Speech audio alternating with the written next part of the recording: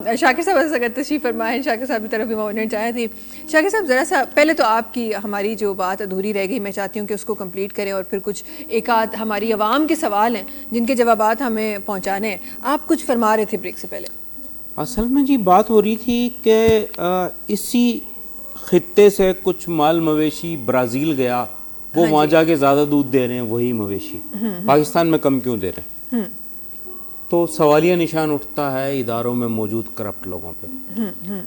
تو میں نے آپ سے عرض کی کہ پاک فوج کا ادارہ ہے، ایک تو فوجی فاؤنڈیشن نے یہ جانور 171 مویشی امپورٹ کیے ہیں برازیل سے حال ہی میں.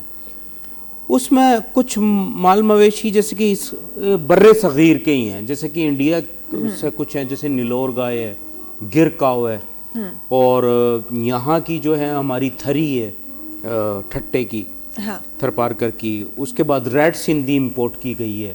تو 173 مویشی امپورٹ کیے گئے ہیں، جس میں ملکی اور غیر ملکی بریڈ ہیں، جو جن کی دودھ دینے کی صلاحیت کو انہانس کیا گیا ہے، جن کی گوشت کی صلاحیت کو انہانس کیا گیا. تو اب کوئی راکٹ سائنس نہیں. اب ہم کیا کرنے جا رہے ہیں فوجی میٹ کے ساتھ مل کے، فوجی فاؤنڈیشن کے ساتھ یہاں پہ بڑی لیبارٹری قائم کر دی ہے پاک فوج کے اس ادارے نے.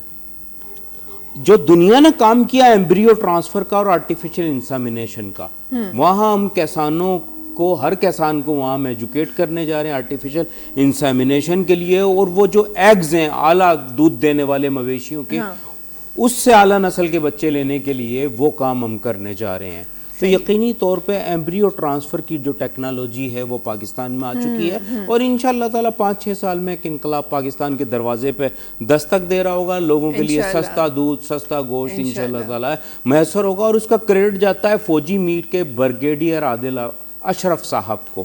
تو ہم انہیں سلام پیش کرتے ہیں ان کاوشوں پہ، جو کہ لائیو اسٹاک سیکٹر کے لیے اور اپنے لوگوں کو خالص دودھ اور گوشت کی فراہمی کے لیے پاک فوج کر رہی ہے. صحیح، بہت اچھی بات ہے. اور ایسے کام میں چاہتی ہوں کہ پاکستان میں نہ صرف ایک، ایسے کئی کام اس طرح ہوں تاکہ لوگوں کے مسئلے حل ہوں، لوگوں کی مشکلاتیں حل ہوں. بیکاز یہ جو بیسک چیزیں یہ تو ہر گھر کی ضرورت ہے. آپ مانیں نہ مانیں، یہ وہ چیزیں ہیں جن کے بنا آپ کا گھر نہیں چل سکتا، گزارا نہیں ہو سکتا.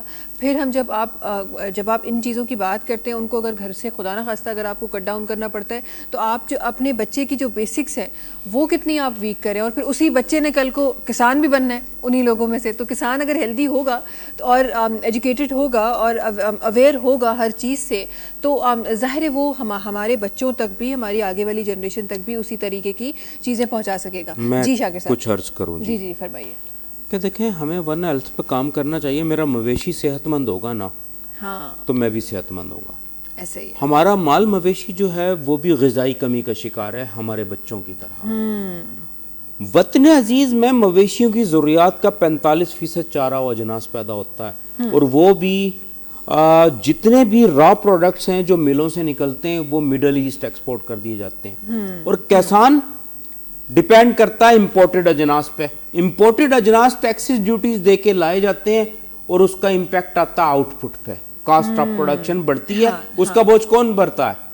آپ بھرتی ہیں، ہمارا ساری بھرتا ہے. صحیح. تو بہت زیادہ ضروری ہے، پالیسیز آپ کی بہتر ہونی چاہیے. اور یقینی طور پہ ملک کی ضروریات پوری کیے بغیر چارہ و اجناس کے جو وہ جو ہیں ویلیو ایڈڈ پروڈکٹس، انہیں ایکسپورٹ نہیں ہونا چاہیے.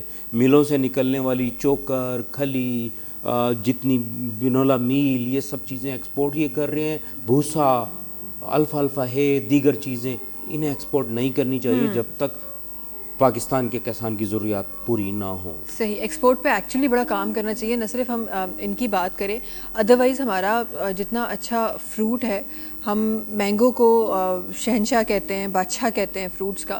لیکن وہ بھی جب ہمارے پاس کہیں باہر آپ جائیں تو جو پاکستان سے وہ فروٹ گیا ہوا ہوتا ہے، بڑا چمکتا ہوا، بڑا پیارا سا لگ رہا ہوتا ہے، اور یہاں پہ جو تو بچی کچھ چیزیں ہماری طرف آ جاتی ہیں. تو ایکسپورٹ پہ تو ایکچولی نظر ہونی چاہیے کہ جو چیز آپ کے پاس ہے، آپ کی زمین کی ہے، اس پہ آپ کا پہلے حق ہے. آپ دیکھیں، انڈیا میں چاول کی کمی ہوئی، انہوں نے ایکسپورٹ پہ پابندی لگا دی. دنیا بھر میں پاکستانی چاول کی ڈیمانڈ ہو گئی. بہت اچھی بات ہے، ہماری ایکسپورٹ بڑھی. پر میں کہتا ہوں جو ہماری ملوں سے جیسے